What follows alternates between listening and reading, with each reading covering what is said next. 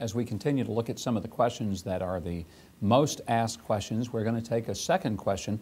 This one's coming to us from Justin Young, and the question is this: how does a victory in Iraq lead to the defeat of al-Qaeda, or any terrorist for that matter, which knows no national borders?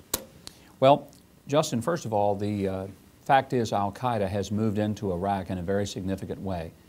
They know something that apparently many of the Democrats refuse to acknowledge, and that is that war is about will. Whoever gives up loses. Al-Qaeda knows that if we give up in Iraq, we lose. If we lose, it's not just about losing Iraq. It's about losing the capacity to be trusted in the world.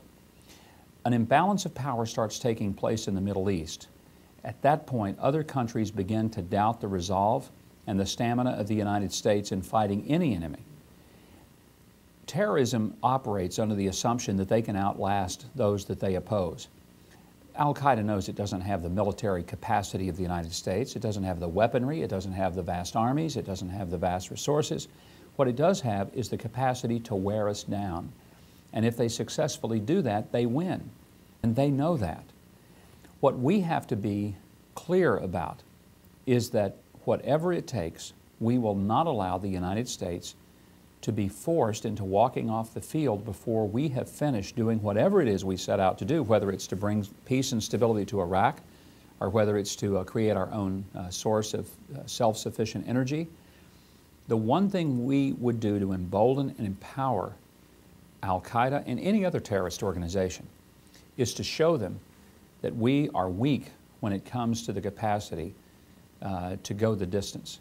And that's why it becomes critically important for us, not just for the immediate future, but for the long-term future.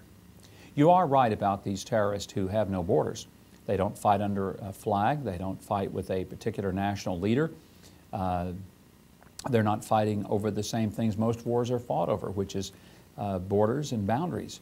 This is not, however, a geopolitical war. It is, at its heart, a theological war, which means that it's being fought by people whose purpose for fighting it is a radical adherence to a religion, from our perspective, a perverted one, but a religion that says that they have to bring about a peace on earth that is the marriage of their faith as well as state. They don't see a separation as we do, and a lot of Americans still don't get it. They think that the rest of the world is looking at this as we tend to look at things from a Western or an American point of view, that we have church and we have state. Well, under the whole idea of radical Islamic fascists, it's all one.